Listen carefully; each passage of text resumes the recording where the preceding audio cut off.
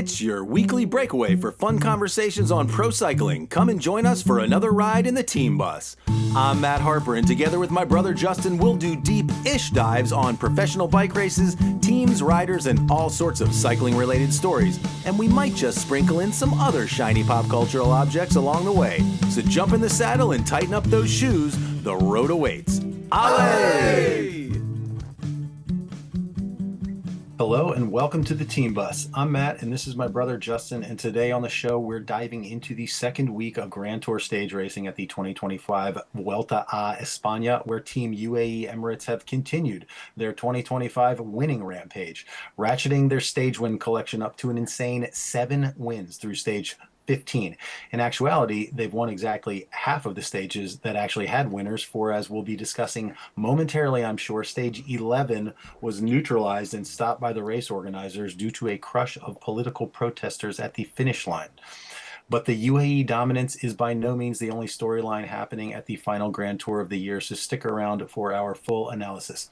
We're also going to spend some time talking Tour of Britain and saying farewell to Ineos Grenadiers' Geraint Thomas, at least in terms of his pro racing career, which came to a close yesterday in his hometown of Cardiff, Wales, on the final day of the race. We will miss him so. And then the Maryland Cycling Classic, the one and only World Tour level bike race in America, took place over the weekend, and I was there. Unfortunately, Justin, you were not, but you managed to catch nearly all of the, I must say, surprisingly good coverage of the race online. So we're going to chop it up Charm City style. And as always, we'll finish today's show with a bumpy ride across the cobbles of Fells Point in the Broom Wagon. Stay tuned for all that and much, much more. Allez!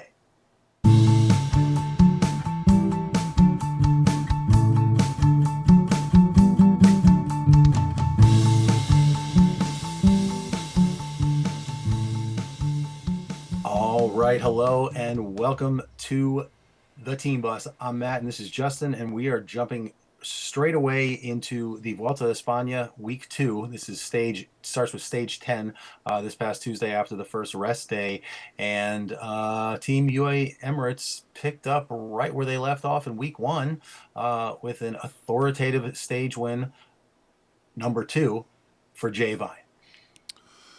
Yeah. This is we've talked all year that UAE is a team of hitters, and this race is absolutely proving that they have many, many people. They have depth in their ability to win stages in different ways with different riders. And I believe you call it an embarrassment of riches, yeah. And this team should be embarrassed for how they're treating the rest of the riders. The men's pro peloton. Yeah. Should be ashamed of themselves. Yeah, it's kind of ridiculous. But, again, outside of Pogačar, we have not seen, them able to win a Grand Tour with another rider. Obviously, their biggest rival, Visma, has been able to win multiple Grand Tours with multiple riders over multiple years. So, we'll see. We'll see what happens. Jay, looked very, very good. It was almost as if they were like, go out and win this stage and get us some good press. This was coming off of a very, rough week of UAE with a lot of controversy with Ayuso. And so, they came out with authority and, are able to take that stage. Jay Vine looked great, and he's been resplendent in the blue polka dots, pretty much for the rest of the race. Well, it's been so fun. Normally, if we were just at a Grand Tour and just watching UAE mop up stage wins, normally they would all be being mopped up by Tadej Pogačar, the Grand Tour rider of the era. But there's so much fun storyline woven in with this, with the Ayuso controversy, that it's just making it delicious.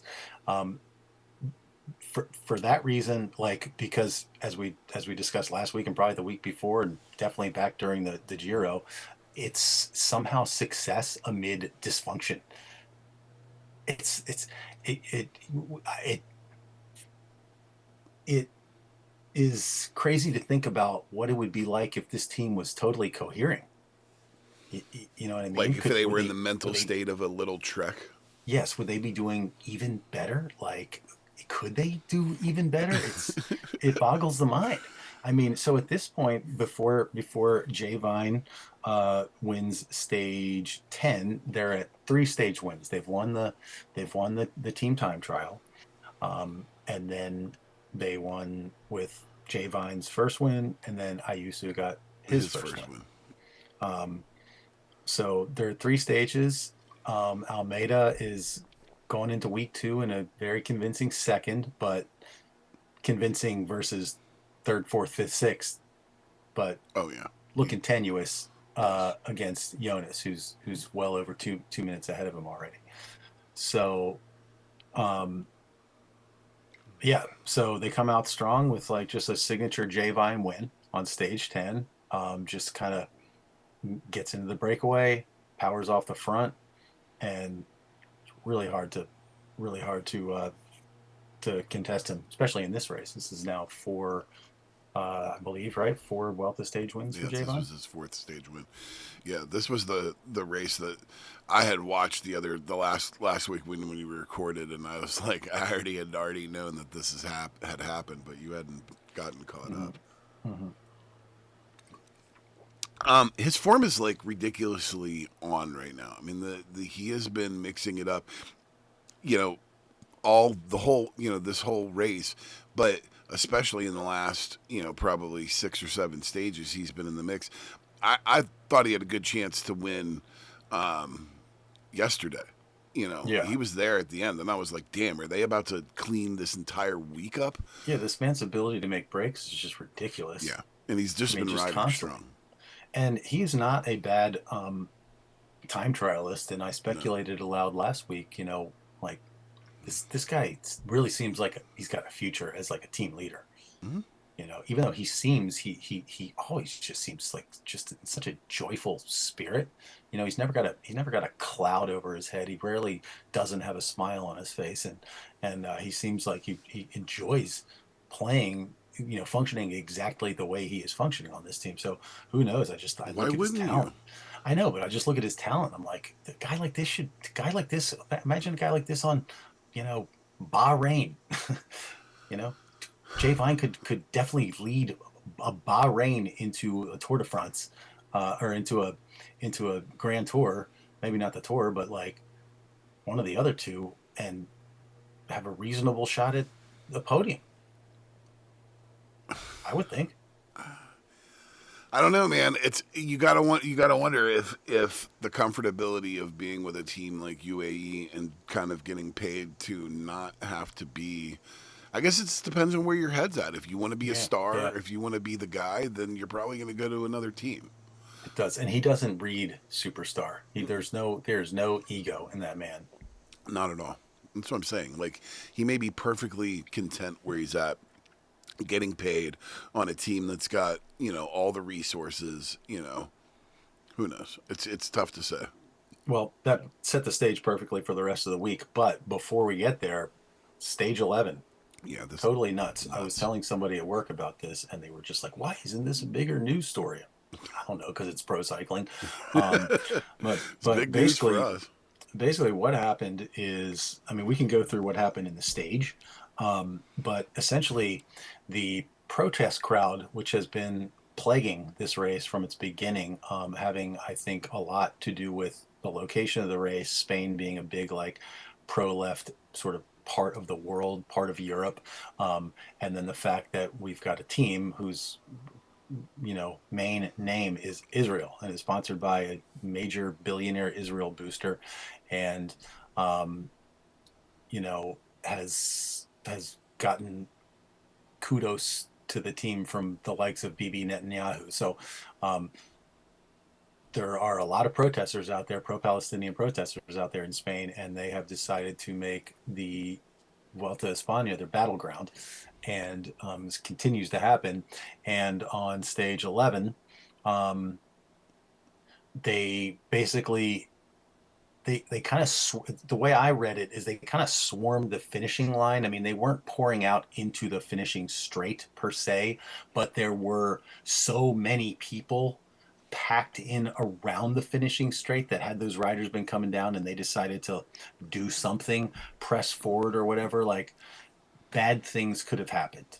There was they somewhere around, like I'd say maybe inside of 5K to go, they started to cut to a shot of the finishing straight, and you saw like 30 gendarmes out there in the middle of the street, like Oh yeah. keeping an eye, like they had them every 3 feet, like watching the crowds on both sides, and you could see how many people were packed in around. I mean, these finishes to these races, there's a lot of people there, but they're not 15 deep at the finish of these No. races and stuff like that.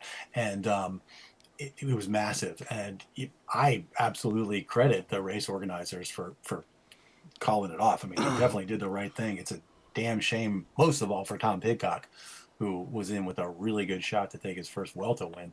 Um, it would have been super exciting watching him and Jonas in a 2-up sprint.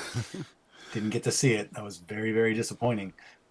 Yeah, But it he launched like just under 10K, and you know drops Jonas, and you're like, ooh, look at this move. And the fact that something you don't see very often, Jonas no, Vingegaard getting no, dropped on a climb. yeah, no. And Zhao too. They dropped Zhao on that climb Mm-hmm, too. So they mm-hmm. like, it was Jonas caught Pidcock, but they both dropped Zhao after that.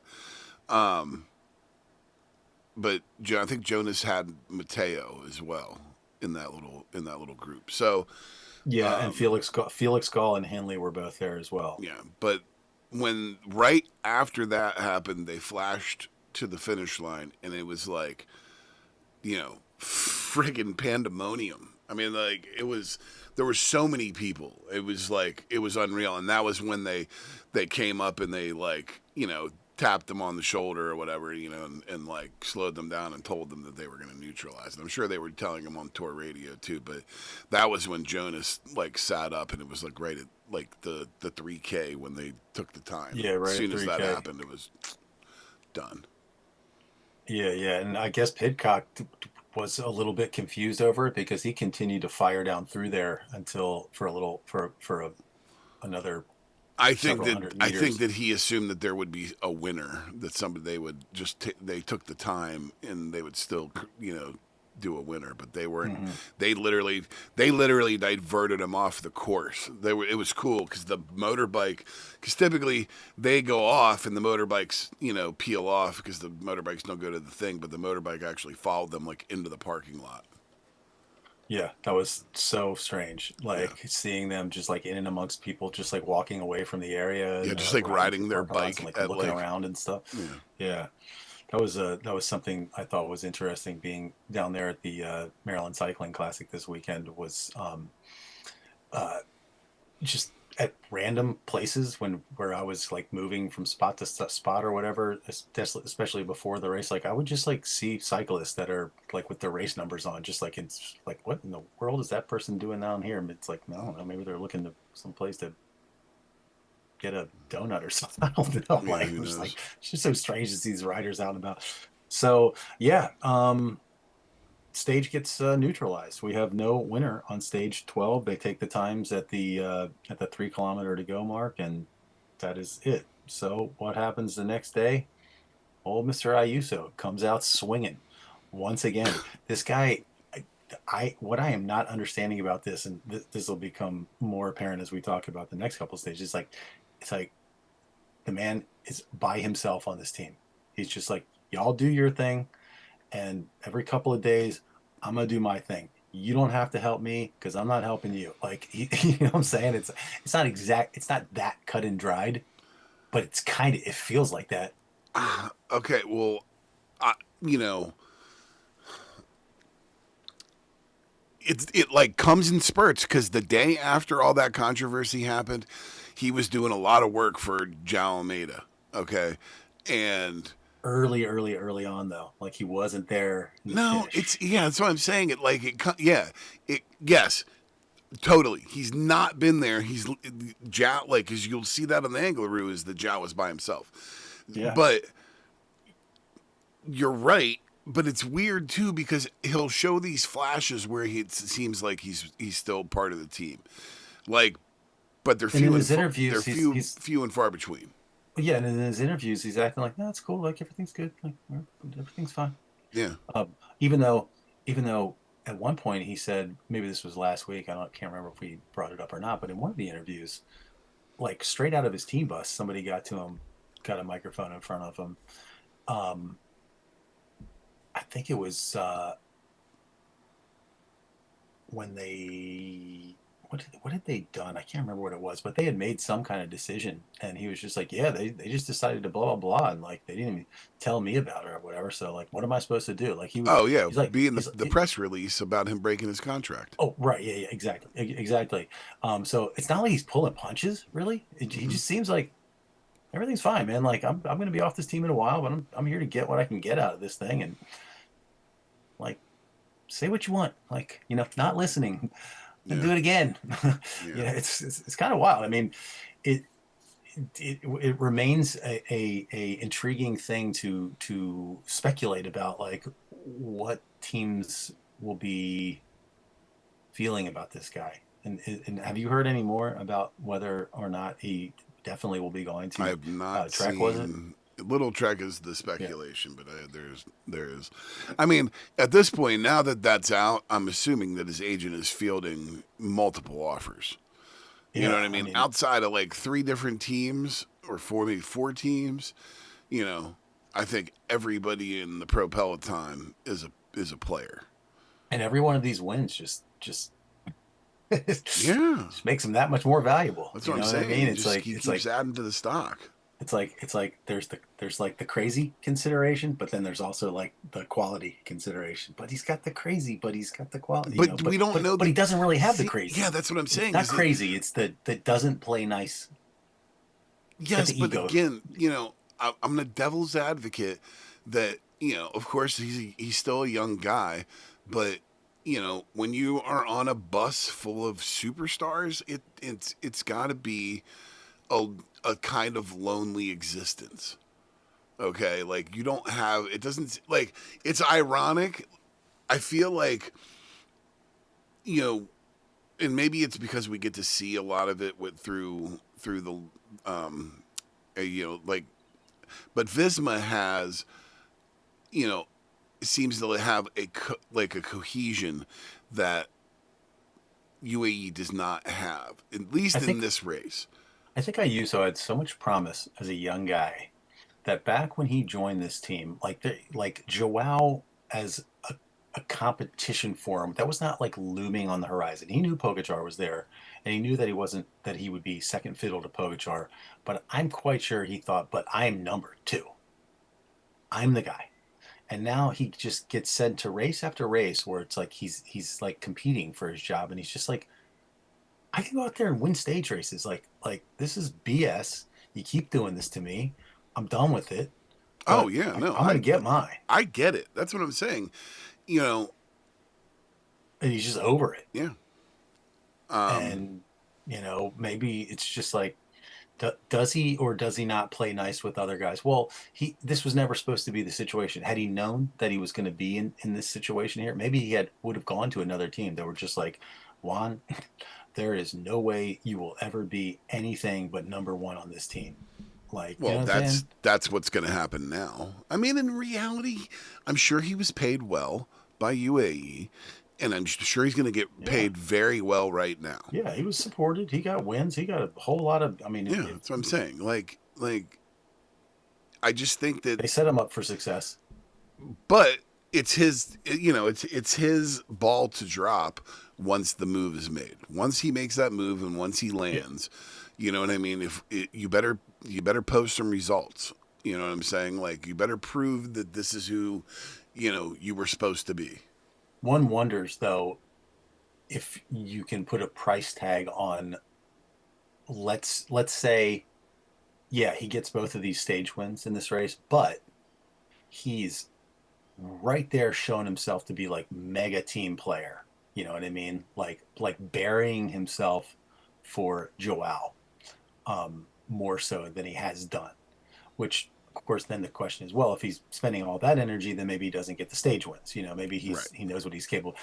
Who knows? But could he be adding zeros to his potential future earnings by showing not only can I win stages, but I can go out there and be a real team player?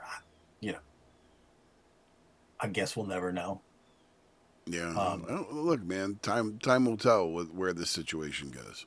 I think it would serve him well to look more like a team player, but I maybe he's just agree, but kind of, again, I think I think he's on a bus full of stars, and yeah. it's it's tough. Someone's got to end up looking bad. You know what I'm Well, saying? and as it turns out, the team's doing just fine Yeah, yeah, yeah, without yeah. all that Like, help from him, because the very next day on the on the Angleroo, what happens? yeah. Juan Ayuso is like, okay, Jonas, go ahead and climb on my wheel, and I will take the two of us the last 10 Ks or whatever of this insane climb. And then when you think you're going to come around me at the end, you're not. Well, And yeah. I don't need Jay Vine or Mark Soler or Juan Ayuso to help me do it. I'll do it on my own. He, but he did all the work, and I wonder if that's not going to come back to haunt him later on in this race. I mean, Jonas did not take a single turn that entire climb. Pretty much not, no. No, he didn't. So, and I mean, you know, when you're talking about pitches that steep, everyone knows the you know, gains in aerodynamics and stuff like that decrease almost down to zero. You know, on the flatter sections, there's something to be gained. There's certainly a psychological edge to it, but at the end of the day, if you're Joao Almeida and he doesn't come around you at the end and you get the stage win, that whole psychological thing that goes out the window. He's like, oh Yeah, yeah, he can be like, yeah, that dude stayed on my wheel the whole time and he still couldn't get around me because I'm stronger than, you know what I mean. That's a, to me, that's a psychological, becomes a psychological boost.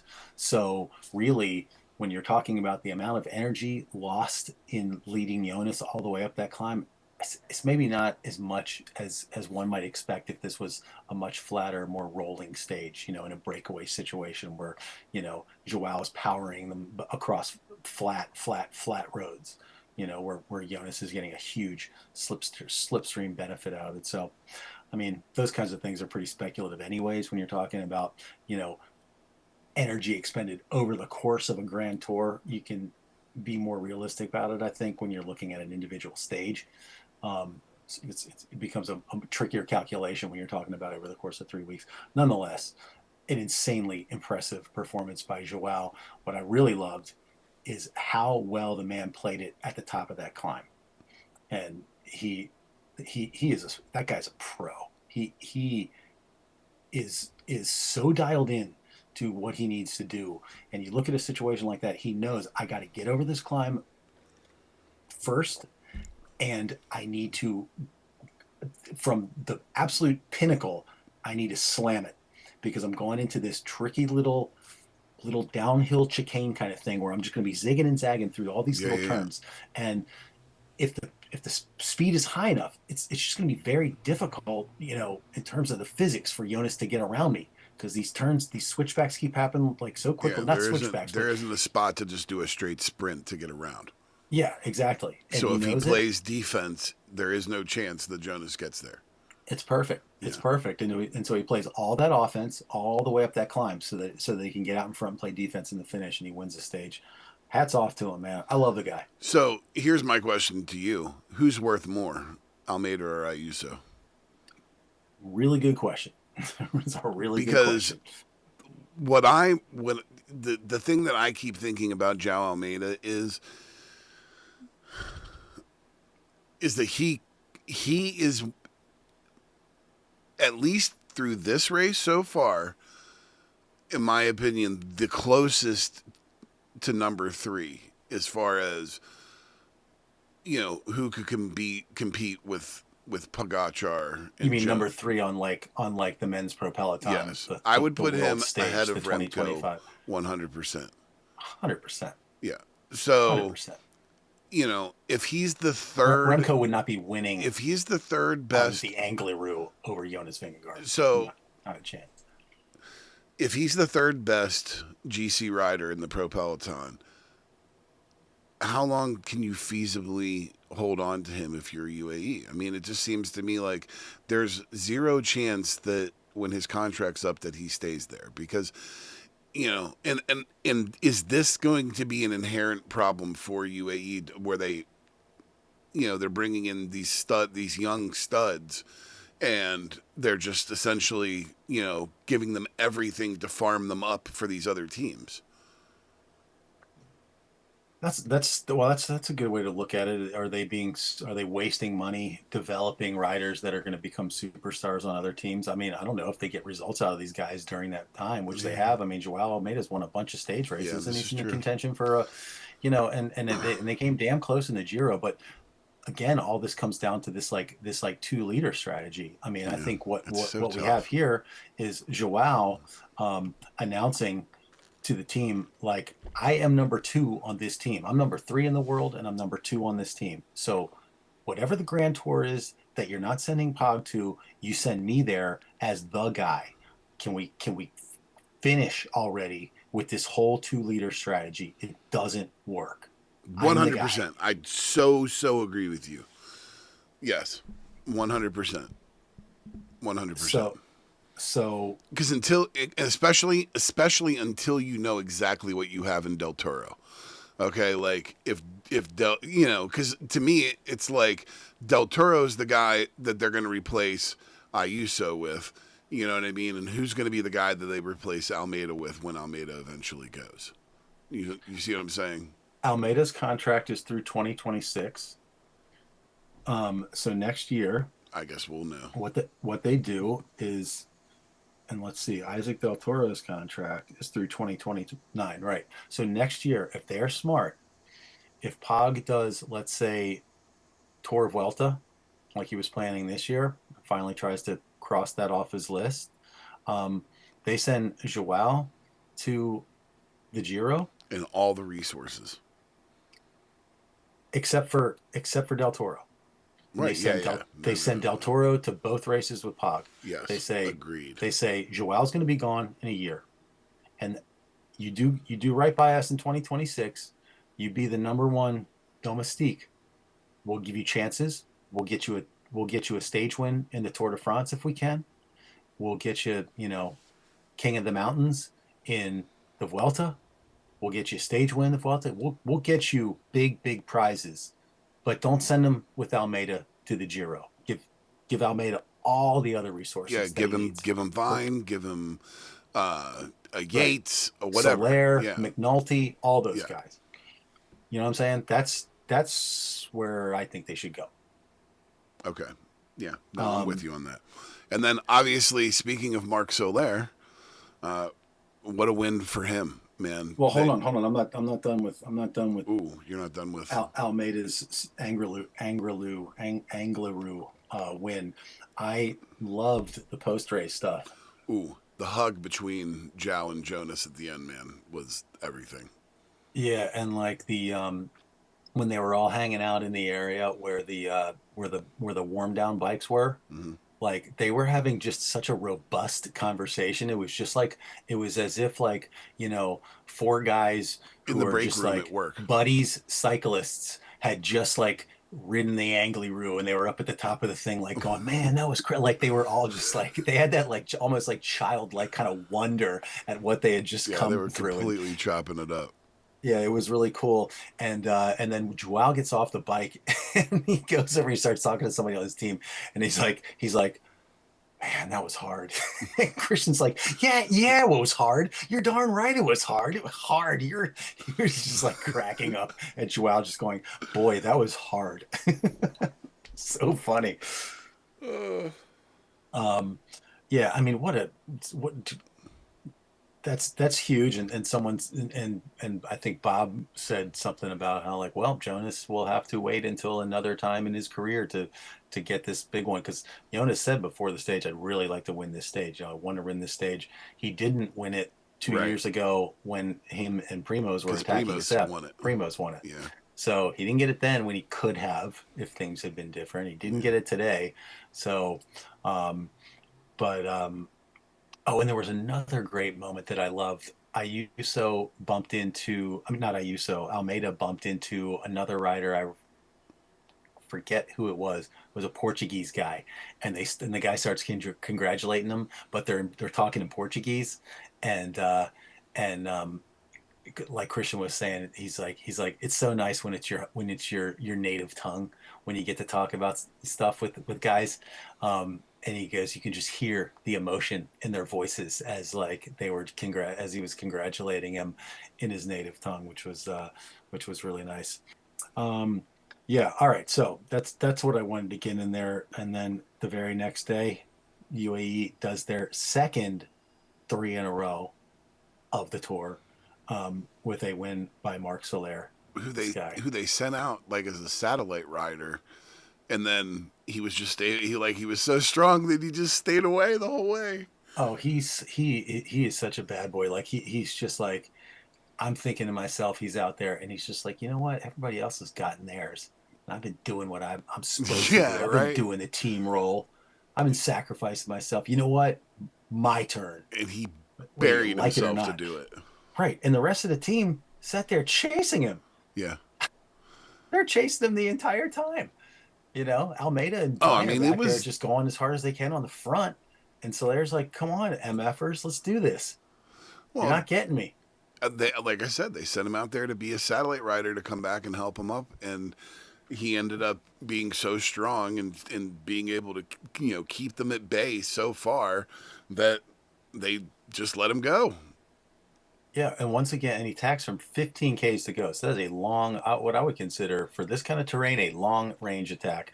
Um, and once again, you're left scratching your head over the tactics of Team UAE Emirates. They're back there chasing as hard as they can again with a guy out front who's gonna win the stage, which he does pretty convincingly too. So, But they pick up no and GC. yet, they get another win. They're now at 7 wins, Oh unheard wait, of. They're closing in on a record, they but actually because Jonas ended up uh, beating Zhao at the end of the line and picked up two more seconds. So, in fact, they went backwards as far as the GC was concerned. yeah, yeah. So They did go another backwards. win, but it's costing them time. Negligible amounts of time, but time nonetheless.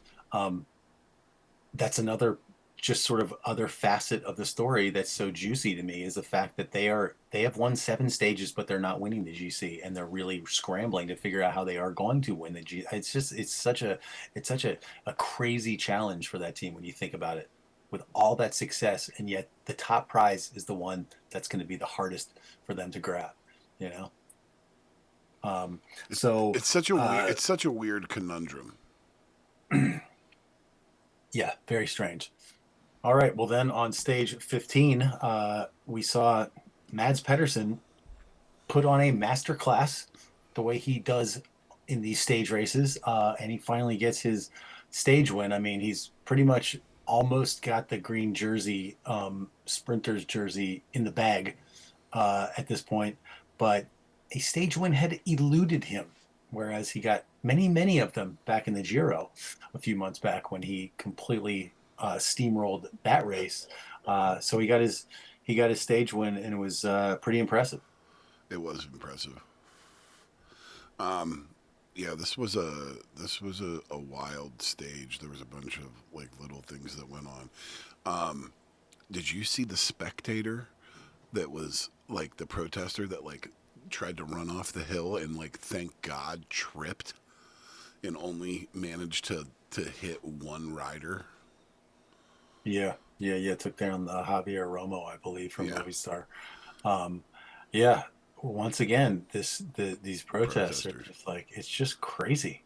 It's just wild to see this. But I mean, as I've heard many riders who have been interviewed say, this can be a tricky interview for these guys because on the one hand, they want to be safe, But on the other hand, they realize like these protesters, there's something behind it here. Hmm. Like there's a really really bad thing going on that these people are. It's just weird that it's getting in the way of this particular thing of them trying to earn their living and all. But like none of them seem to feel you know really um, at odds with the sentiment of the protesters. They Yeah, just but it's don't just want like a protester wouldn't run out in front of an F1 car. You know what I'm saying? Like these guys could get hurt. Like, you know to. what I mean? Absolutely. That's the part that where I have like some pause with it, because obviously I feel for the cause, but like not at anybody's, health or livelihood being attacked for it. Like that doesn't make any sense. I agree, but I also understand a mentality that says like there are children being starved to death in another part of the world, and if one privileged, millionaire bike rider gets knocked on his ass to make that point to people, so be it. Not saying I'm okay with them making that decision, but I can certainly understand that mentality. Yeah, it's It's crazy to think. a very, very difficult thing. It's crazy to think. So, the next thing I thought about this stage was I really thought Jay Vine was gonna make it a clean sweep for the week for UAE. I'm telling you, dude. Like Good I was Lord. like when he jumped off, I was like, oh, here we go, man. And you know, now obviously it didn't end up being the case because that chasing group with Mads Pedersen was just too strong, and then he was able to just kind of pull those guys all back by the end and just power his way to the end of that race. So I mean his performance was honestly stellar. I mean that was not an easy ending. No, no, not at all. And I mean, he was at work throughout the entirety Yes, of that tons of work. finale, just like all over the place. Um, but he wasn't going to be denied, and he's just in a class by himself. Um, he's got so many different weapons, and the biggest one, in my estimation, is his ability to get over climbs at the size that he carries around on the bike. Hmm. Um, it's Well, really, really impressive. that's what paid off for him.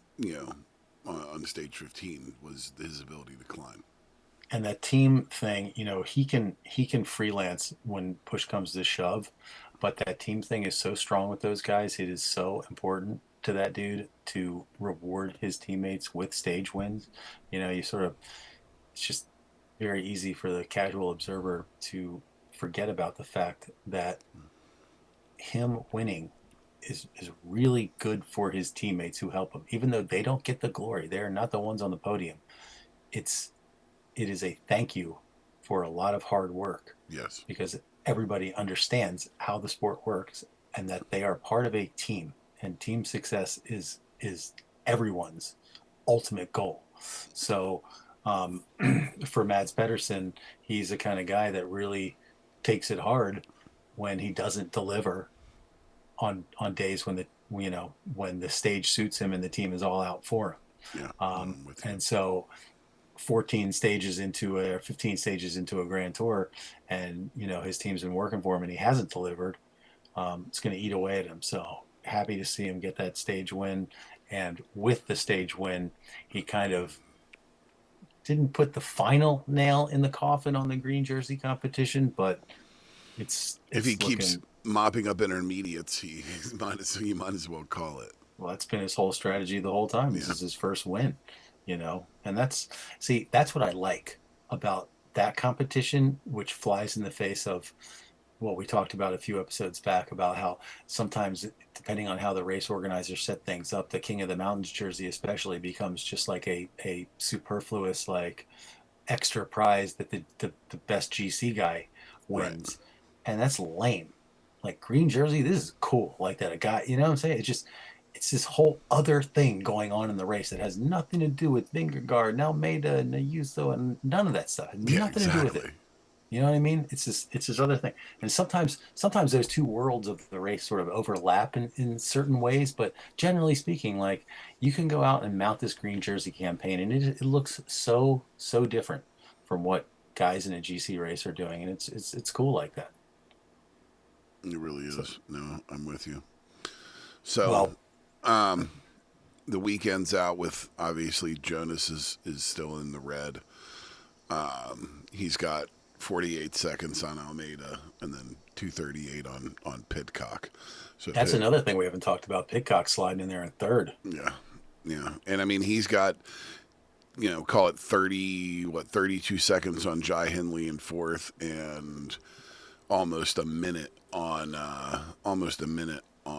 Felix Gall. So Yeah, I would say Hindley is the danger man in oh this for sure. equation for sure. Um, because he's looking really strong. But Pidcock's also looking really strong as well. Hmm. And Pidcock has maintained his lead over a couple of the really hard ones, like the Angliru and whatever the climb was the next day. That Solaire one. He's got some easier defenses coming Hmm. his way than he's had. So Hindley's going to certainly have to work for it, but he seems like he's up to the task. Do you know that Jai Hindley doesn't do interviews basically at all? No, I just heard this on like one of my podcasts. Like he does not do interviews. that's interesting. Like you will almost never see a Jai Hindley interview. Anyways, um, the stage is definitely set for I think a great week three with Almeida looking as good as he's looking, with his deficit to Jonas Vingegaard less than a minute, and with as has so often happened in so many races this year, I feel like there's the big race between one and two, and then there's a really big race for third. Yeah. And on a couple of occasions, the race for third is also dovetailed with the race for the white jersey. Not the case here, No, and but it's good because Riccatello is only 32 seconds behind Benazzari. yeah. And after stage 14, we had three Americans in the top 10. I think that changed after stage 15, but we had Jorgensen, Kuss, and Riccatello all in the top 10. That's saying a lot. Yep. What was a third of the top 10 Um, held by Americans? and then Jay Vine has a stranglehold on the mountains. He's got like 30 points or maybe 20 some points on Vingegaard right now. So, yeah, the green and the polka dot jersey races will not be quite as exciting, but boy, it sure is nice rolling into the third week with like the GC feeling like it's kind of up for grabs. It definitely doesn't feel like a foregone conclusion. Yeah, and you've essentially got two GC races with the young rider because the two riders that are competing for the young rider are not in contention with the other two. So, Yeah, yeah, like yeah. you have like these That will two be a fun one to simultaneous watch. races to watch. Yeah, race within a race. Yep. It's a beautiful thing. All right, well, we will leave it there, and when we come back, we're diving into the Tour of Britain. Stay with us.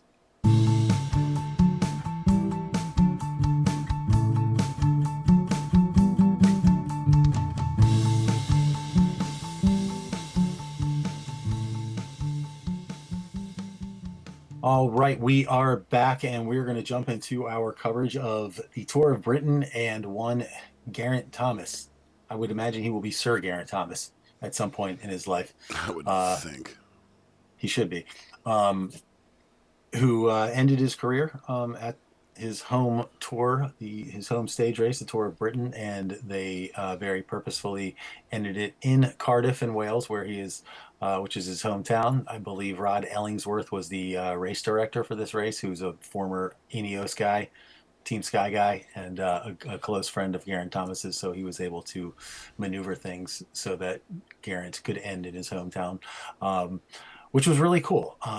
Now, I will admit I have not gotten an opportunity to watch as much of this race as I would have liked, nor have I done a lot of digging into Geraint Thomas and his background, et cetera, et cetera. So, if you are prepared to, I'll let you take the reins at least of the Geraint Thomas portion of things and the sort of pomp and circumstance of around the running of this race. So I mean, for the most part, it has been the Geraint Thomas last ride, and throughout the week, he's not been a major. He was not a major factor in the race, but Mhm. everywhere he went, it was just respect and love for G. And the race. Lloyd's, did a really, who's the big sponsor of the Tour of Britain. The race organizers did a really good job of like integrating it into it. And honestly, I think it paid off for them because the crowds were unreal. I mean, the crowds yesterday were crazy, but pretty much the whole way along, like it was a lot. You know, there was so much going on. Um, the This might race, be something I want to go back and watch just because I just did not have time this week to put that much content into my eyeballs. But I would love to see a lot of that kind of stuff. So I might just go back and watch a few of these stages, yeah, yeah. when things slow up So at one the of the end of the one of season the or nice something. things is that they broadcast the whole thing, like Yeah. end to end. Like there was you know, they broadcast the whole race. Period. There was no breaking in at like 80K. You had Jez and Dr. Hutch on the call, which I like. I really do like those two. The more Yeah, Jez races is are. great. Yeah, Jez is great, but I like Dr. Hutch too. So Got a he cool voice. yeah, yeah, yeah, yeah. But I think they work well together. I think that they like I said, I just think they do very, very good. But you know, throughout the whole week, you really, got the sense that, while you really had these two things going on at once, you had the Tour of Britain and you had, G going, taking a victory lap The through, Swan Song. yeah, through, the English countryside, which was, or the great, the British countryside, we should say. Right. Um, And as Jed said today, very few athletes get the opportunity to like totally go out on your own terms on your home turf, not necessarily going out with like a giant victory or anything like that, but nonetheless, still being healthy, not having your career ended by injury or any other kind of like happenstance, but to just to be the guy, to have gone out there, to have grabbed the biggest prize in your sport for your country, to become the first guy as a Welshman to do it, with such style, with such like just like simultaneous like class, but also like fun loving. yeah, You know what I yeah, yeah, mean? yeah. And what a fitting finish. I mean, of course, this guy deserves a 6 day parade through his country. You know, Well, and the race organizers, changed the race for him. Like the last two stages were reconfigured to be able to end in Cardiff and be able to do this. And like I said, I think it really worked for everyone. They were able to add in climbs that had never been featured in a major race, ever. You know what I'm I loved all saying? the names. I loved all the names on the last day. All Yeah, it's every single crazy. name on the map was just like some bizarro Welsh word that like you're just like, what in the world? So, but yeah, like he's also a universally well liked rider. Like I can't think of anybody that doesn't have mad respect for G. You know, and so you come down to, okay, let's talk some about the racing. So in this race, all right, you've got Remco's here, which I think is cool as shit, right? Like, I'm sorry, like they have their own little like, you know, personal relationship, Remco Oh, they're and friendly for G. sure. Yeah. And I think it was awesome to see the riders that, chose to be at the Tour of Britain this year.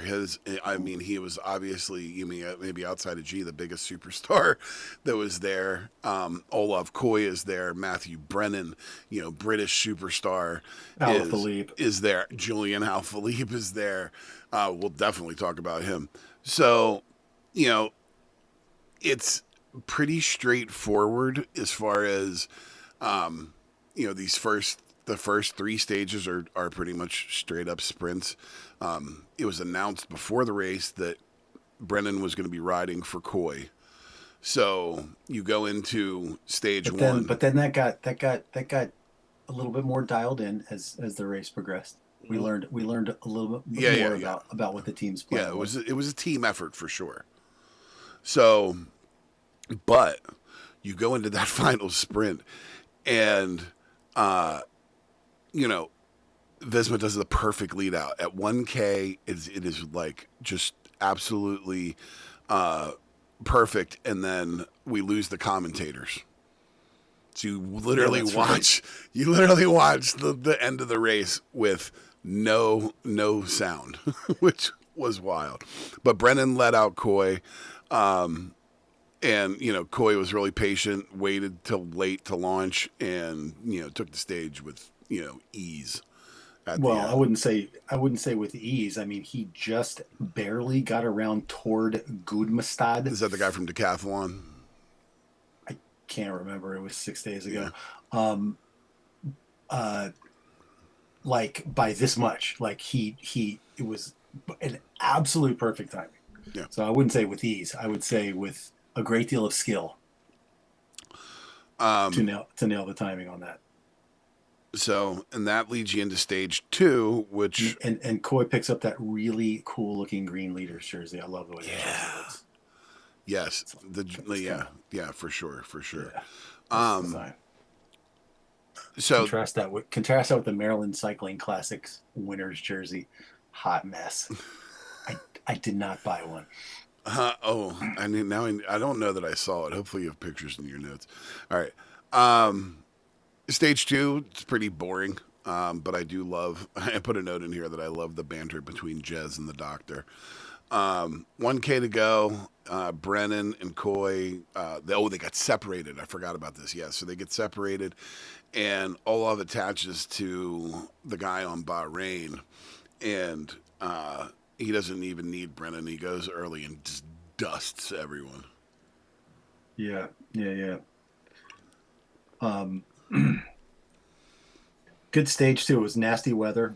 A lot of bad weather in Yeah, this race. a lot of wet.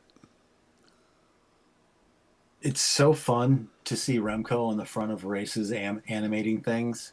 It's just like you just know if like Remco's up there, like it's going to be action. Like Oh yeah, for sure. you just get excited. He's in that gold helmet. Um, they the break gets killed with like 3 kilometers to go. Aaronsman goes down, if you'll recall, Hmm. uh, and then yeah, this is the sprint that I would say Coy won with ease. Didn't even really get the lead out from Matty B. He didn't need Um, it. Freelanced it, got the job done. 2 to 3 bike lengths. Uh, Sam Watson just seems no match for Olaf Coy. Coy's so fluid too in those sprints, man. He's just like He's powerful. yes, yes, yes, yes. Um, And don't worry, you're definitely going to get to see. You're definitely going to see more of him next year. yeah, where's he going? He is going to. Hold on, I have it in my other notes. Um, oh yeah, to like Red the Bull. new super. No, he's going to the new super team. He's going to end up at Decathlon. Oh, Yeah, yeah, yeah, yeah. They're yeah. good. No, They're and good. yeah, we're going to talk more about that because that team is loading up with talent. Mhm. And they're losing their AG2R sponsor after a really long time, but um, some sponsor better pick them up right now because you're going to see that jersey's going to be crossing a lot of finish lines in 2026. For sure.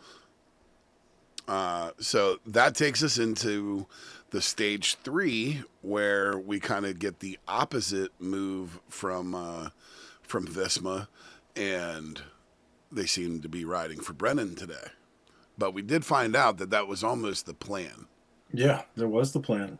As I understand it, it was Coy stages 1 and 2, Brennan stage 3. Everybody was down, and that's exactly how it played out. All of Coy gave Matty Brennan a freaking armchair ride to the finish on this thing. A lot of action in this stage too. Yeah, There was more. There was more Remco out there, um, you know, stirring things up and little attacks here and there from different guys.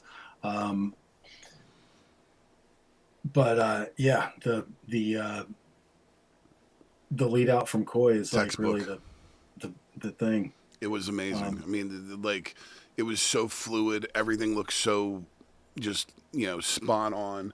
And, it was never in question with those two. And it's Brennan is just, I mean, he's just, you know, it's just it's so just good. ridiculous. He's so Yeah. good. So let's talk about him. He gets his first stage win in his home race um, with authority. Wins by over a bike race. He's the youngest ever stage winner at the Tour of Britain. He has 14 wins this season, 12 at World Tour level. Yeah, He's in the conversation for greatest like rookie season ever. so people were giving Jez and Hutch, shit for talking about Matthew Brennan so much, and it's like he has more wins than everybody in this race.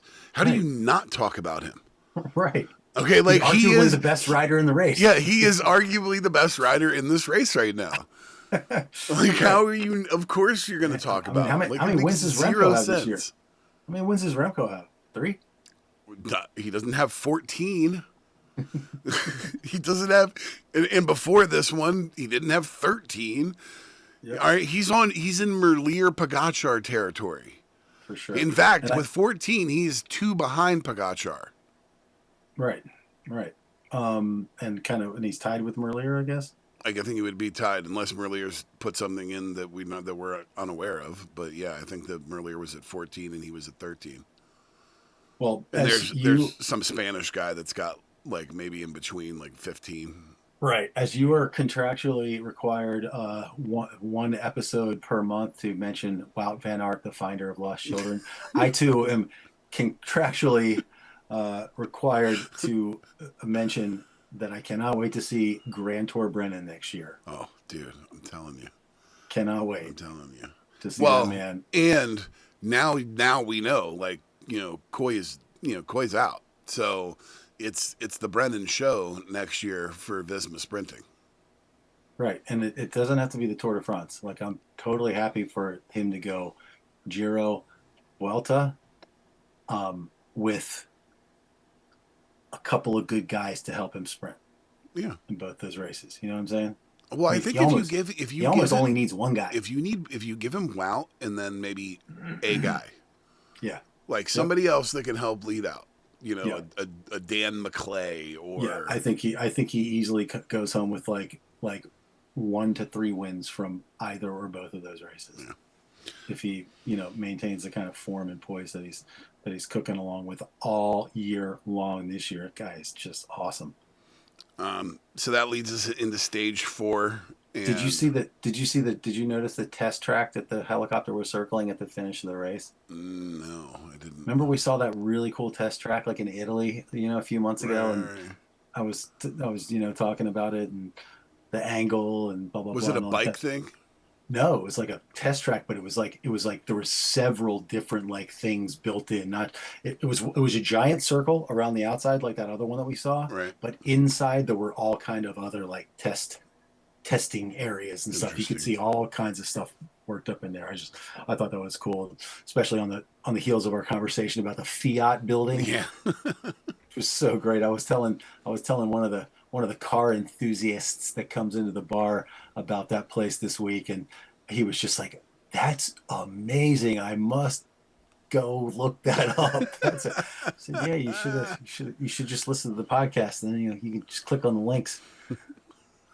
So so into stage 4, and Matty B's there on the big group. That's as the big group comes back together for like the bunch climb up the gnarly like final kicker of this race. Well, at one point it was Brennan and Remco, and I was Yeah. like, is this gonna be a Brennan Remco showdown? Like, I was getting a little tantalized for it, but that's not really what ended up happening. Remco ended up making a move, and then Leknessem made like a much bigger move and went clear.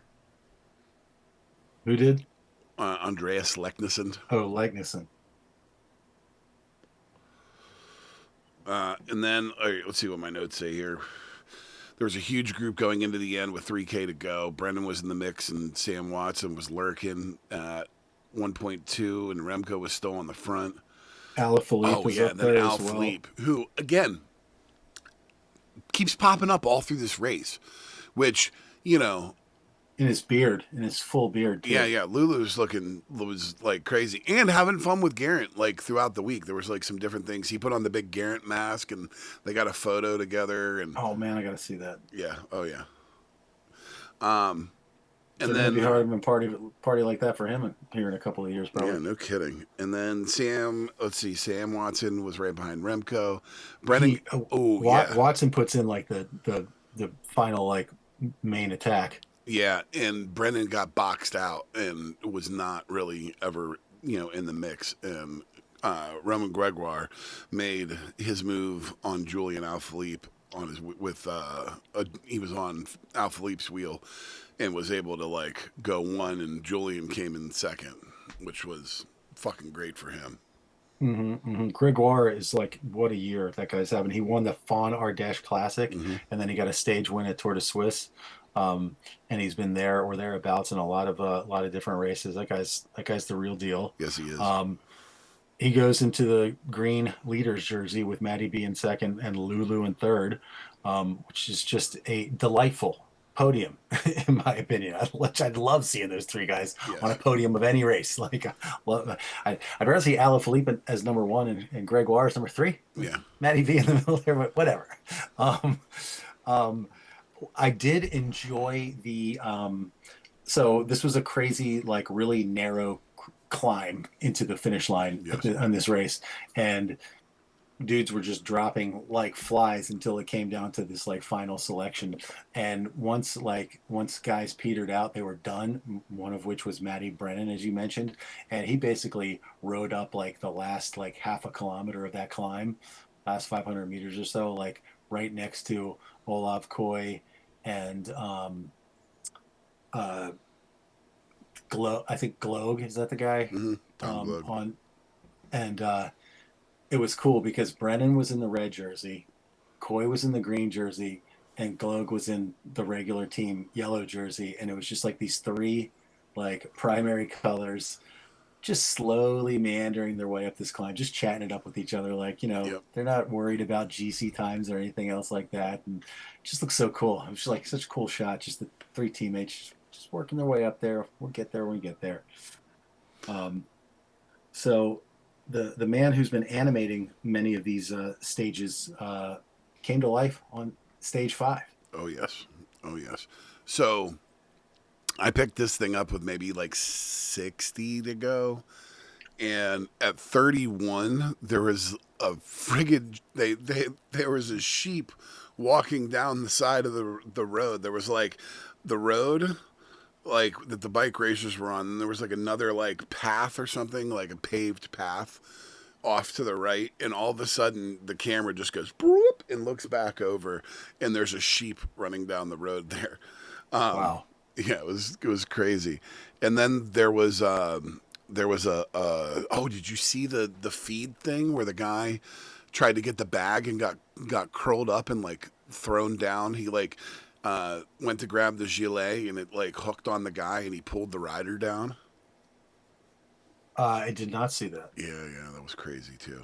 There was two little things, but then obviously Remco, shows why Remco gets paid the big dollars and goes out, and the little bastard takes one in G's final race, which was pretty great. It was great. It was great. How about this? How about this guy, Alfonso Uelio from Bahrain? That guy was Yeah, slaying today. Like I don't remember hearing his name too many times before this, but he was lighting this thing up. Um, there was a trio that get clear. It was Uelio with Sivakov and Onley at like 1.9K to go. And did you notice this? They almost immediately after Uelio gets on board with those two, they almost immediately start playing cat and mouse, like with the peloton like 10 seconds behind him. It's like, what are you doing? Like you just busted your ass to get out in front of the group, and now you're just going to be like, nah, go right back. Like, what are you doing? And finally, Oscar Onley like puts in a dig and kind of saves it, forces them to chase him, and they stay out in front. But I'd say less than a kilometer later, it's back together. yeah, And thanks to Alaphilippe's teammate Elon von Wilder, who's the one that finally clawed them back, setting up um, setting up Remco. yeah. And I mean, let's be honest, Al Philippe's not beating Remco in a heads up move like that. Like it's just not going to happen. So, but it was No, good. It was good. Um, that takes us into stage 6, which was all G all day. I mean, so did you get to see the bike salute Yes, with super cool. his kid? I loved it. His kid holding up, and his kid was even like reaching up and hitting the wheel and everything. It was great. Yeah. But like, you know, so emotional. And you realize, by the way, do you realize that Luke Rose in the car at Decathlon like during Oh, this race really? as well? Yes. Nice, nice, nice. Yeah. So like That's cool. Luke is in this race as well. Oh, it's fantastic. It's just like I so love cool, that. which is so cool. So this one ends up, being another sprint for Olaf Koy. You know, it all comes back together by 1K. Well, it was insane. It was insanely exciting. Like there was a leading group of three riders out in front, and it was really just like one of those classics. Like, will they or won't they? Like, you knew, like, no matter what, it was going to be very close to the finish line if they got caught. Oh, I thought Um, I thought Remco, because Remco made a move like just outside of 6 kilometers, like 6.2, something like that. And I thought that he might be making a move to go completely clear and try to take the whole thing. So, but that didn't end up being the case. He ended up well, getting I think swallowed the up pretty guy quickly. I think the guy in third, um, on the stage was the last remaining guy from the breakaway. I think Coy was sprinting against another guy that was like fresh like him, but the it was only those two that came around the final guy from the Yes. breakaway on the finish line. So it doesn't get any closer than that to Yeah. lose from the breakaway to get third. Yes. No, it doesn't. You It know, I doesn't. mean, I guess in a way, it's like sometimes the crushing disappointment is like the rider gets swallowed by the peloton in the last like 5 meters of the race and comes in 18th, you know. But at least this guy got on the podium. But still, bittersweet to have missed it by less than a bike tire. Right. And then, so your final podium ends up being, uh, um, Olaf Koy, Olaf, thank you, Olaf Koy. I'm like blanking. Remco and Lulu. yeah. That ends up being your final, your podium, which is like a wild podium in my opinion. Well, what's crazy is when you look at the last three GC podiums of the race. It went Gregoire, Matty Brennan, Alaphilippe, right? After stage 4. Then it was Gregoire, Evenepoel, Alaphilippe. And then it finished off with Coy, Evenepoel, Alaphilippe. Just weird how Yep. The these positions were like players just kept getting just wow, because there's moved and added in, and so little time, difference, and it really comes down to those stage moves and the bonus seconds. So, yeah. but it was really cool. And then and then afterwards, it's just, it's G. There's, it was all the different people that came up and showed respect were just amazing. They did like a champagne spray outside of his bus. There was, just massive crowds, where they, did all these different things like after the race with him. It was such a beautiful way to send out one of the best. You know, really, really, really, amazing that he got to go out that way with those people and all the people that he loves and a lot of the people that he respects in the world, right there with him and like, what a great finish, man. Yeah, that's my kind of English coronation ceremony, or British, I should say, Welsh coronation ceremony. I'll leave the King Charles and the royal weddings to somebody else. I'll watch Geraint Thomas getting crowned. Oh, dude, and the crowds like Just the coming up king of that Welsh final, of the cycling. crowds coming up that final climb. There's a couple. If you haven't, go through all those Instagram reels that I posted. There's one where this guy's like running alongside him with a flare, and it's crazy. Yeah. I'll have to take a look at all that stuff. Like I said, I really want to take some time and dig back into all that because I did feel like I kind of missed out on it. Well, we pretty much spent uh, a great deal of time talking about the race. Um, I was sort of had in mind that we would discuss the man himself. I don't even have his Palmares in front of him. I know we rattled it off a few weeks ago, anyways. I mean, he's an Olympic champion on the track. He won the Tour de France. He won a handful of stage races, a couple of one days. I don't think he ever won a monument, but He also he gave one of the most memorable lead outs ever to Mark oh, Cavendish. that was the greatest thing ever. That moment will just live rent free in my mind for the rest of my life. Yeah. Like so good. Um, Not to mention that he is a very good broadcaster in the podcast world and a great interviewer, and I'm sure we'll have tons and tons of success in whatever he decides to do full time next, and just I cannot wait to listen to his to him and Luke Rowe on What's Occurring talking about his final day on the so road. they Like they've been going like every I think they've been doing daily podcasts this whole week. yeah, I got it. That's I'm also a not whole big completely thing I caught need up to on it. catch up with as Yeah, well because I didn't want to listen to any of that stuff because I hadn't caught up with all the stages of the race. So right. it's just like it's like I wanted all that content I wanted, but like I just have not had any time to get it done. So yeah, Yeah. So, but Chapo to Geraint Thomas, man, one of the best to ever do it. that 30, is for sure. 39 years old. That is for sure. Thank you for all you have given us, Geraint Thomas. We'll leave it there and we will be right back to talk Maryland Cycling Classic. Stay with us.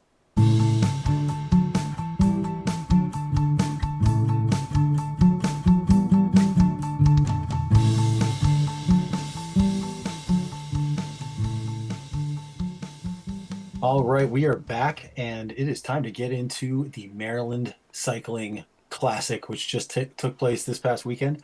A little backstory on this race. This year's edition was the third. Um, they did not do it last year. They did it the year before. That was the year that my brother and I attended, along with my nephew, his son, and then the year before that, which was 2022, was the very first year, won by Sepp Van Mark, who featured in the commentary of the men's race this year. Justin, do you know why they didn't do it last year? I was just gonna say, did you hear why? And yes, I did. So, because of the Francis Scott Key Bridge collapse, Hmm. I did not realize that played a factor in it when they canceled it last year. Nor did I. And I quizzed my wife on that. I was like, see if you can guess. She did not get it, but I wouldn't have gotten it either. But when you hear it, you're like, aha, yes, of course. Which makes me feel better in an odd way because like it was not the race's fault. Correct. That was a pure externality. And look, the very next year it's back and it's even stronger because it's got the women's side of the race. And not only that, but I gotta say, like the way this course is, it's just perfection. It really is for the viewing experience. Um, just the way that it goes through all the main points in the like downtown on the water stretch, like main stretch of Baltimore. I mean, it's basically got like the whole Harbor Place area, which is like the innermost inner harbor, and then it runs along and it's got the harbor point, which is when the harbor kind of comes over from Harbor Place and hooks a right a little bit and goes down a little bit, and that's where the start finish area was.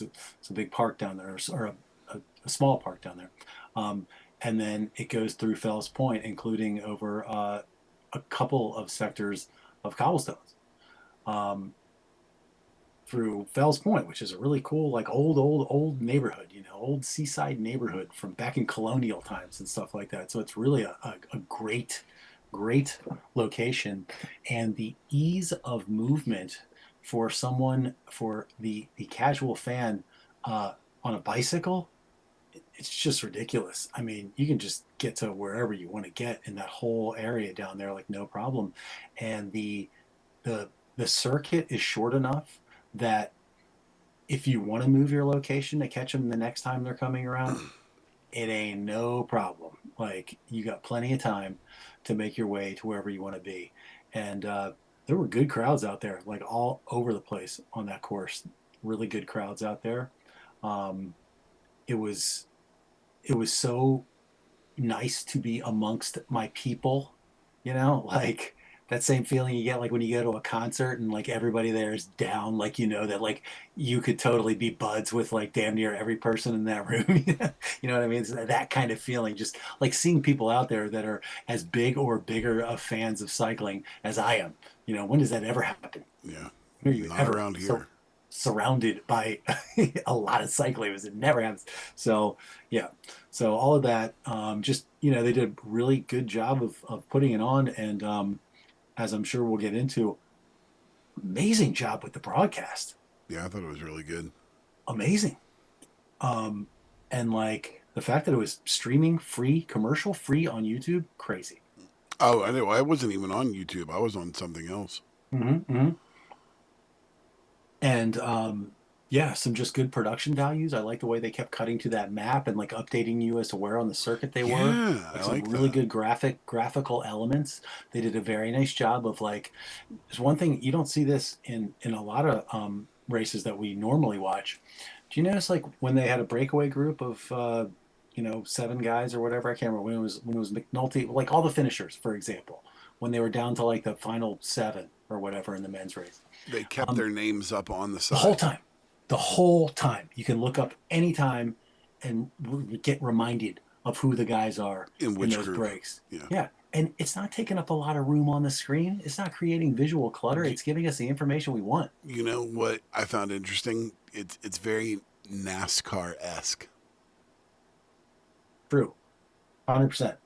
Or just auto racing esque in general, Yes. because they do that on motorcycle races and Yes. car races and all that kind of stuff. Yeah, it makes sense. Have that information up there. Some glory of modern day, TV graphics. Yeah. Make it happen. Yeah.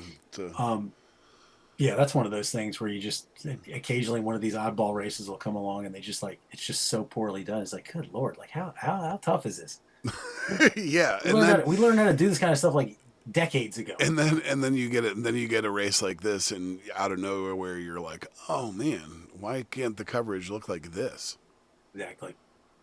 So, well, and it proves the point that even rinky-dink little old Maryland Cycling Classic, if they can get it done, then any of them should be able to get it done. Yeah. You know what I mean?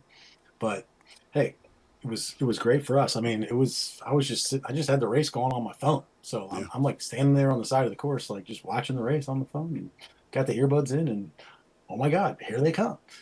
So um, yeah, super user friendly and a great course, and it gave us a couple of damn good races, I thought.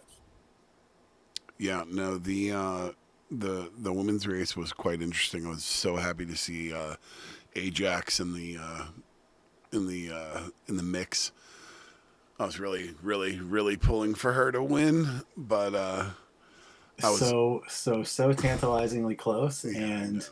especially when you look at the work that her teammate did.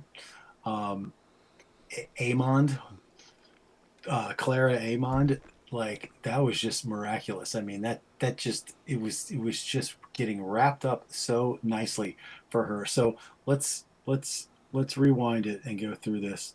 um First of all, as I mentioned, the cobblestones of Fells Point, very tricky. That's where Skelmos went down. As a matter Yes. of fact, one of the places where I was standing during the women's race, had I been there at that moment, I would have been looking right at him.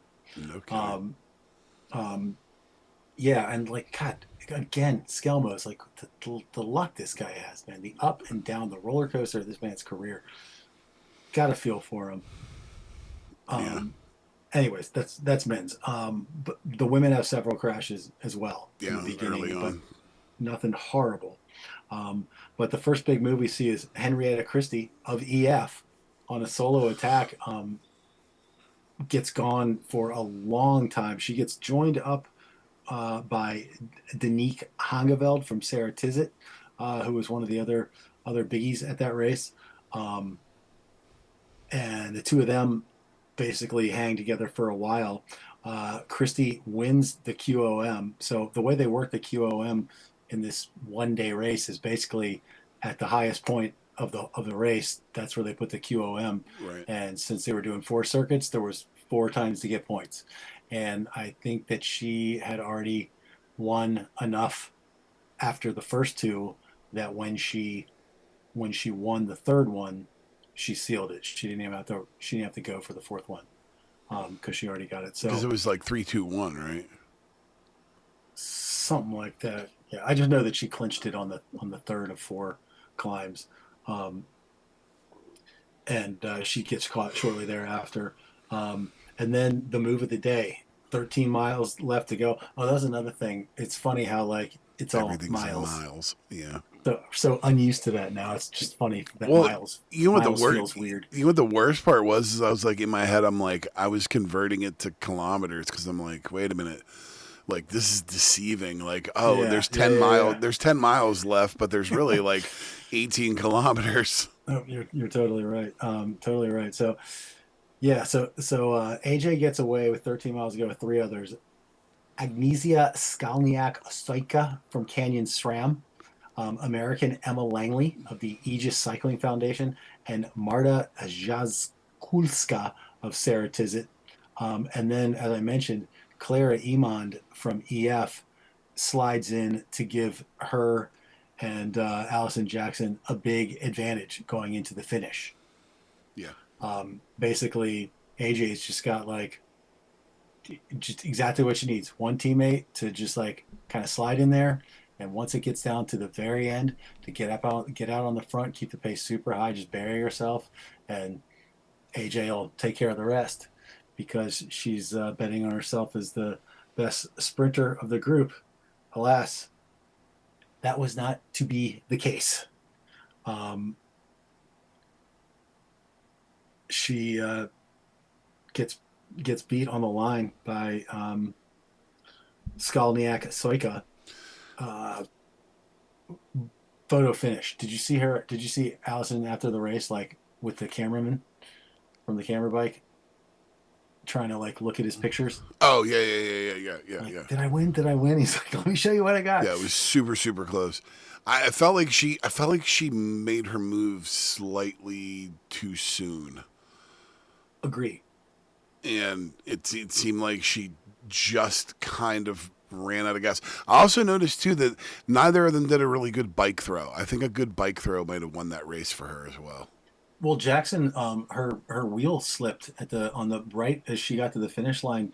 I don't know if there was some like dirt or debris on the road, or she just like because they're gone That so that hard on well, each it one, rained a like little bit, right? something So slipped it's out. probably No, really it was pretty greasy. dry by then. It was pretty dry by then. I don't know, maybe, but because it almost looked like a little cloud of dust kicked up or something. That's why I was thinking it was maybe some gravel or something.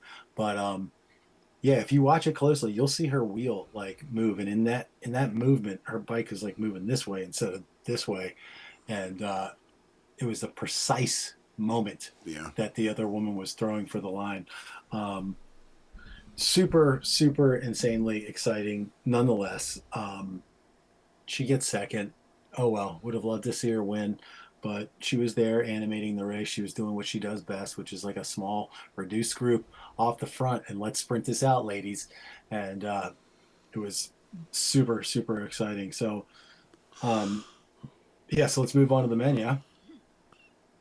Yeah.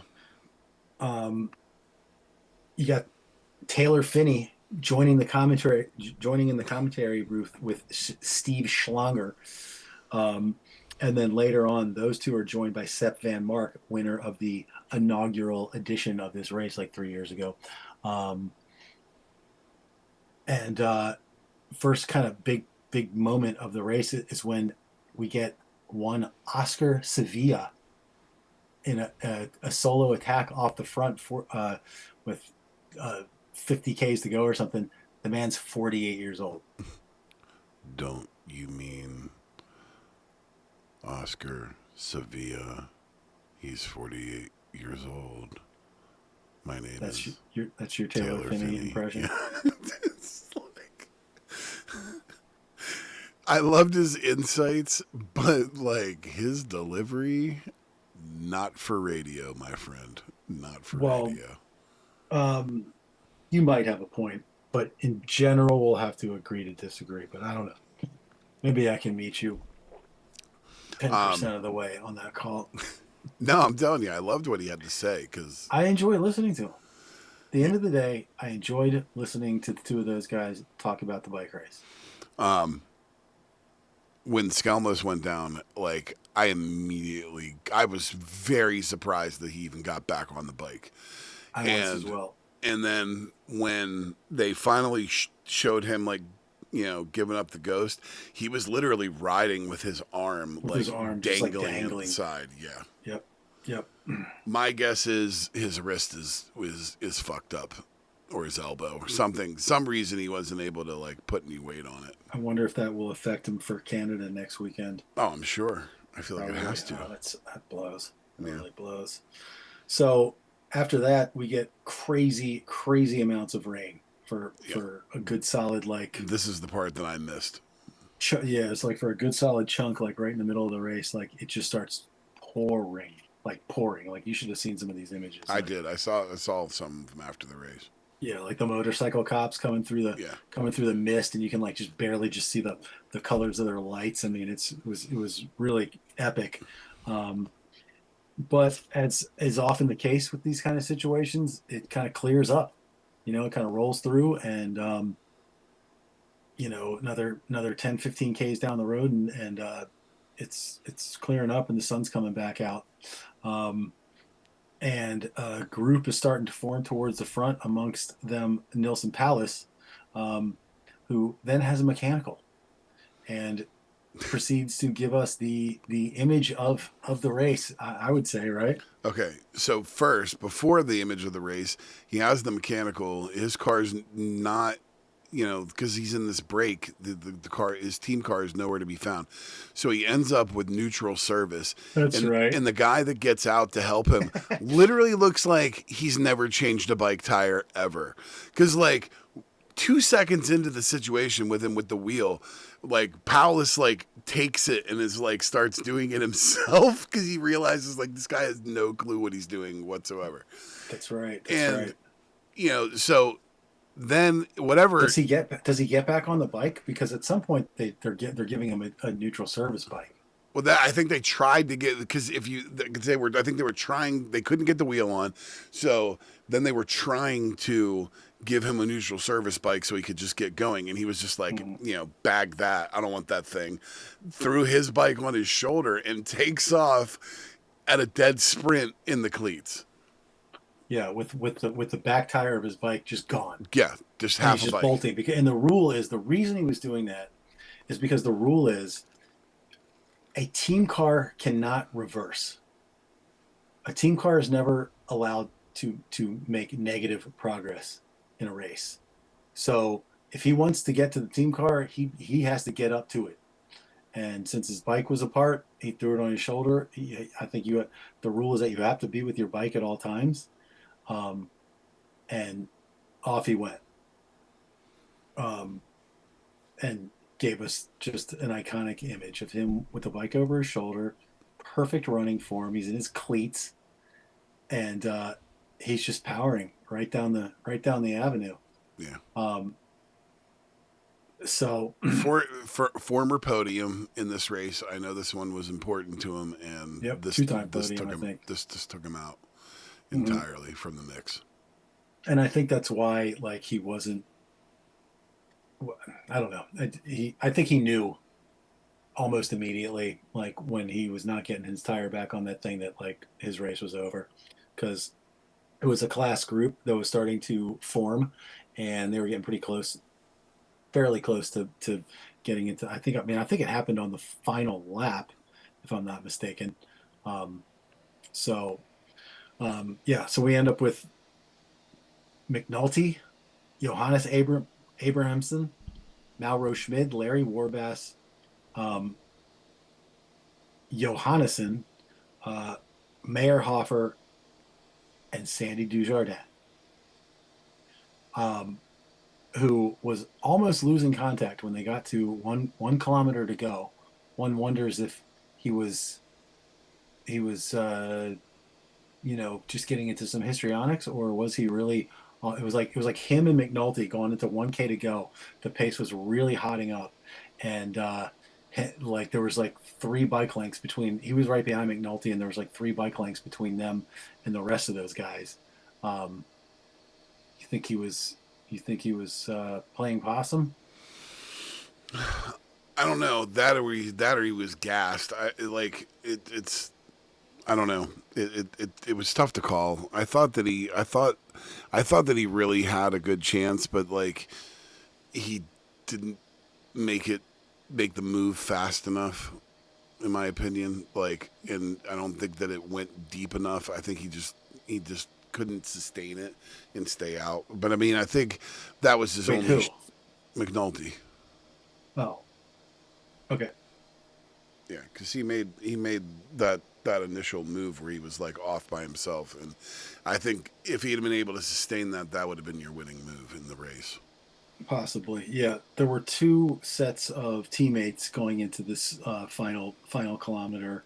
You had Larry Warbass working for what's the guy's name? Marcus Meyerhofer. Marcus Meyerhofer, um, which was kind of a bummer because I like me some Larry Warbass. He's like one of the American boys that's been grinding away for Leaping year Larry after year after Warbass. year. Yeah. Leaping Larry Warbass from the cycling podcast, um, and he had to put in the work for Meyerhofer, which he did. I mean, that was a kind of a great shot. I thought it was interesting how both of these finishes um, were sort of handled in exactly the same way by both the women and the men, which was they rolled through that final left turn and got into a just a straight line. Yes. In the And it's women's case, there it's was four. far. I mean, Yeah, that's like a it's like 800 meters. I think yeah, it's almost a full kilometer. dead In the straight, women's, there was wide as four. With hell. the men, there So was much, like so eight of much them. room. Yeah, yeah, and so they're just like it's just like wide and flat. It reminds me of like Tour of Flanders or something like that, um, or like Amstel Gold or something. And so really kind of an iconic shot of Larry Warbass out in front leading that whole train of guys where they're all tucked in right just behind him with just like giant Baltimore City street all surrounding him.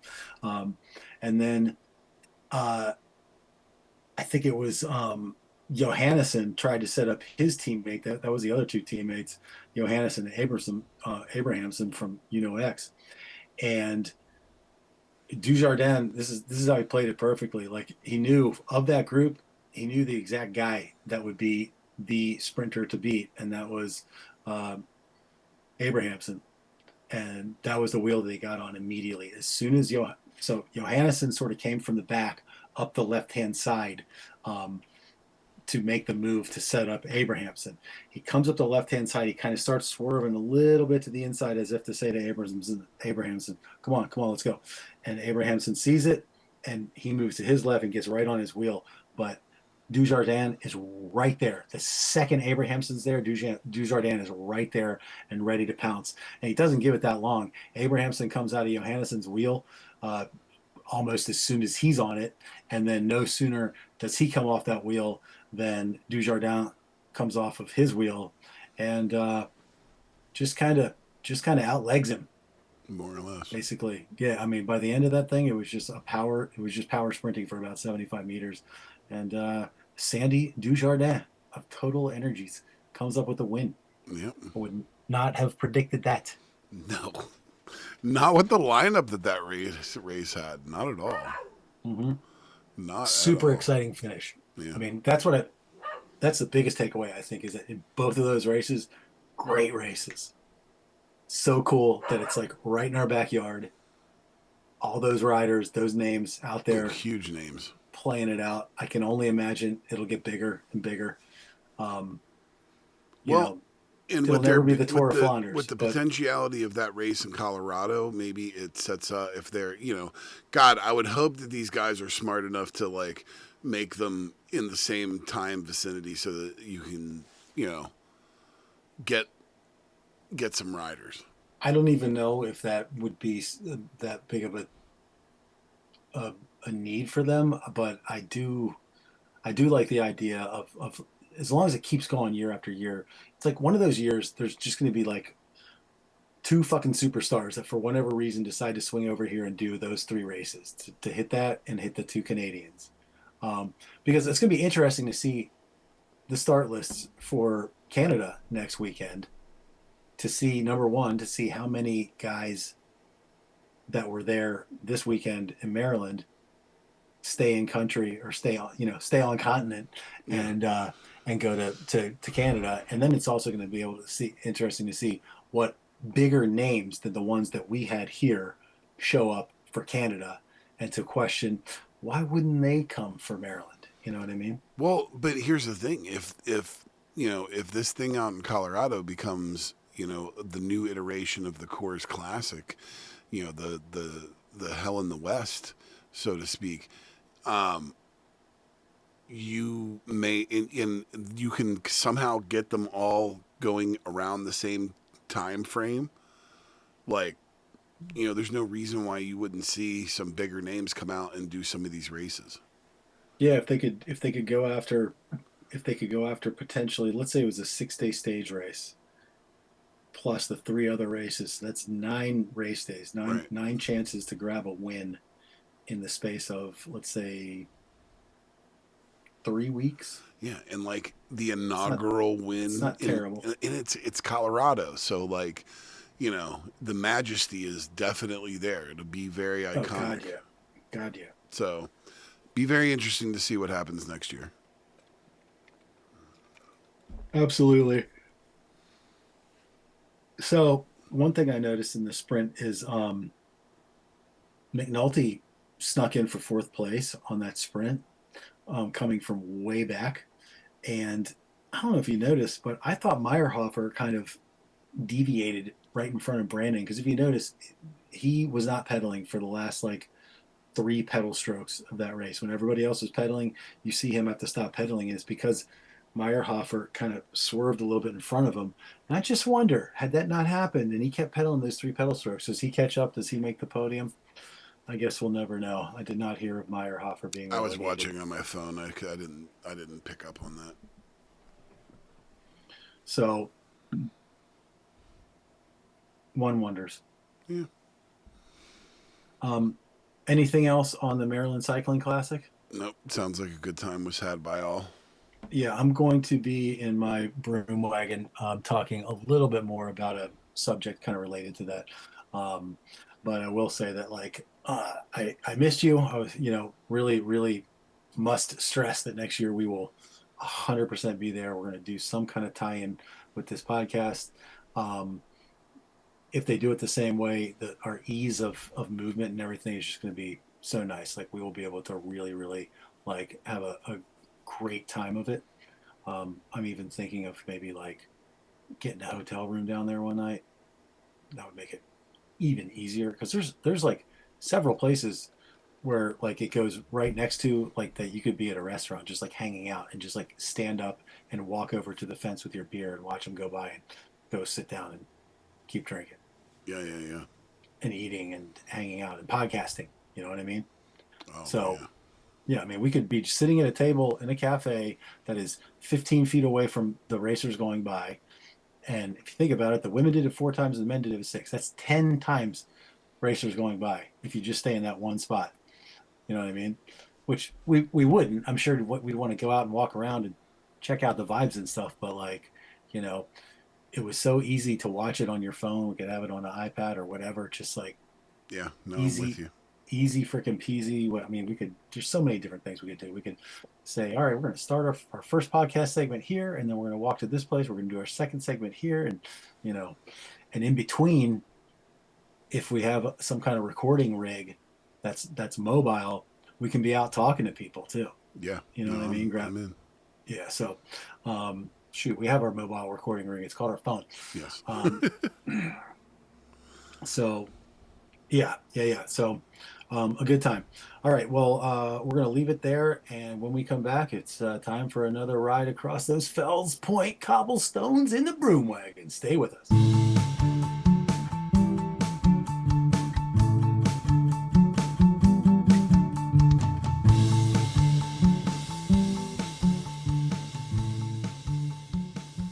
All right, we're back and we're taking a ride in the Broom Wagon. Justin, what have you got? So, we talked, I think it was just a few weeks ago, about the Phoenician scheme. I think it came up on Beyond the Slipstream. And I actually watched it. So, this is Wes Anderson's newest movie. And it's funny, your what you said tainted me, I feel like, a little bit, but it also made it a little bit better in a way. So real, loose plot. It's, this guy, he's rich, he's got all these kids, and, people are trying to kill him. All right. And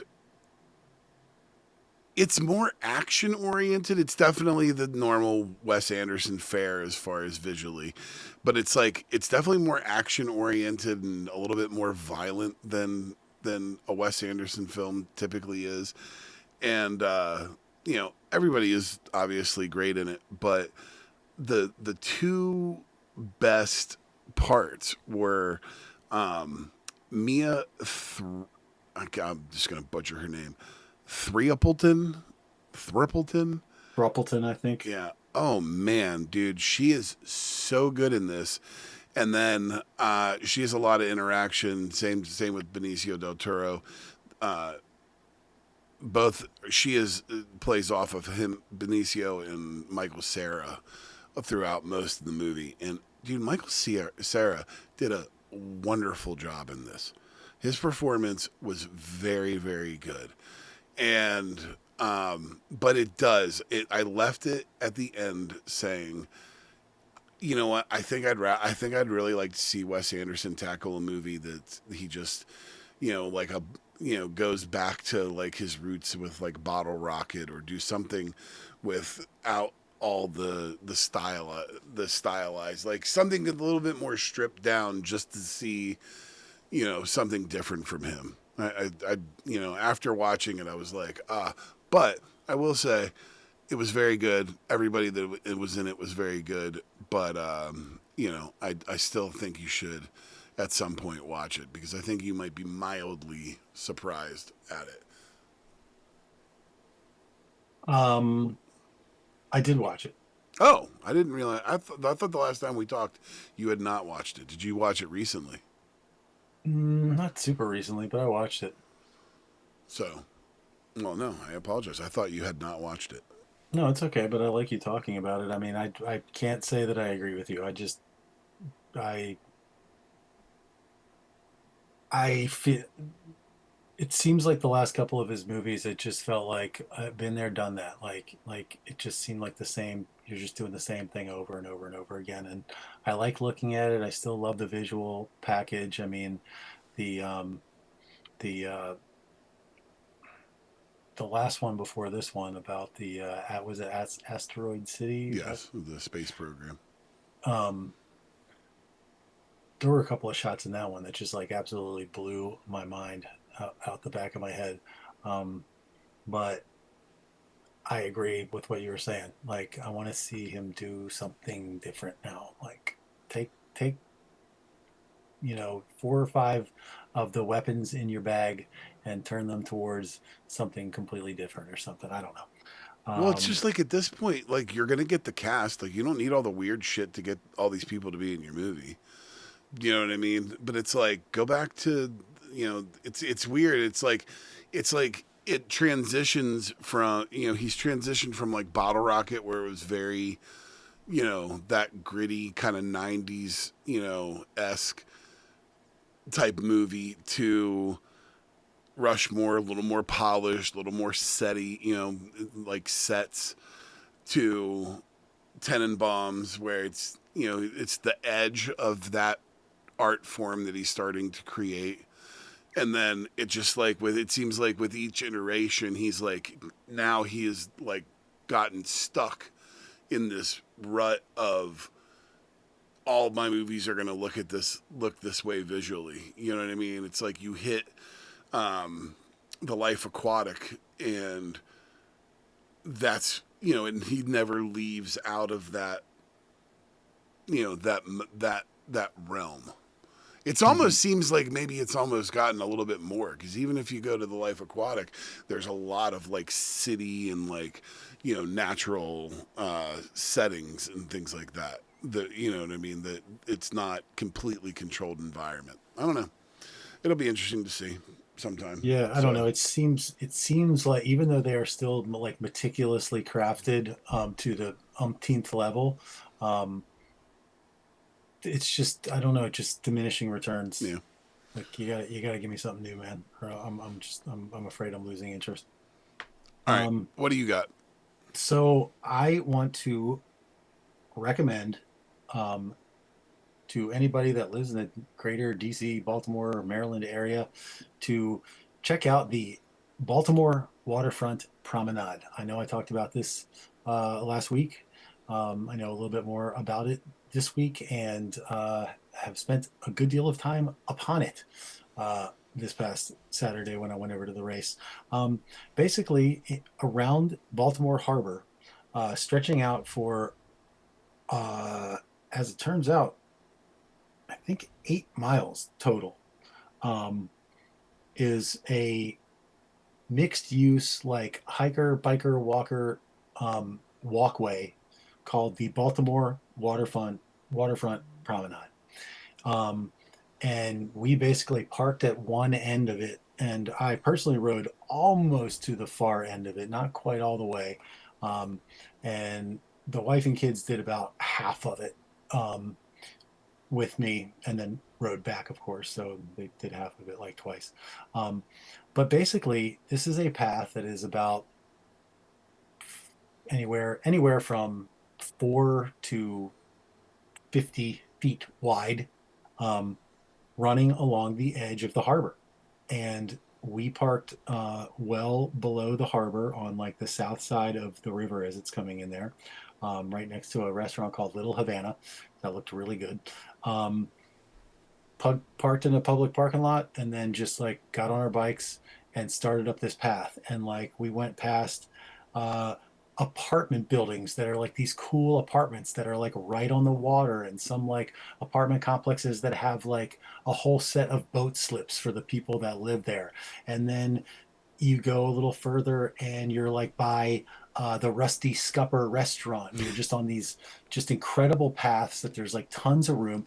And to be honest, most of the places there's no railing at all, so like you go Mm-hmm. off the side, like you're falling in the harbor in some places, which kind of sketched my kids out a little bit when we first got started, but in the end wasn't that big of a deal. Ultimately, like you end up on that big old like promenade that's like I think where you got engaged.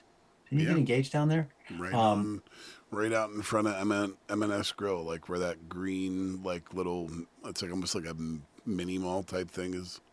yeah, yeah, Harbor Place. Yeah, it's like Um, right by the Constellation.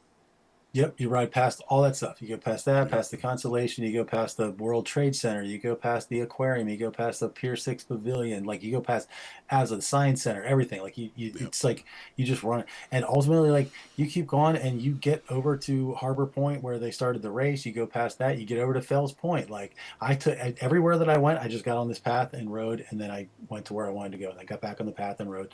And it's just flat and easy and beautiful, and you were getting like every 5 seconds you're just getting a new view of the Baltimore Harbor that you've never seen before.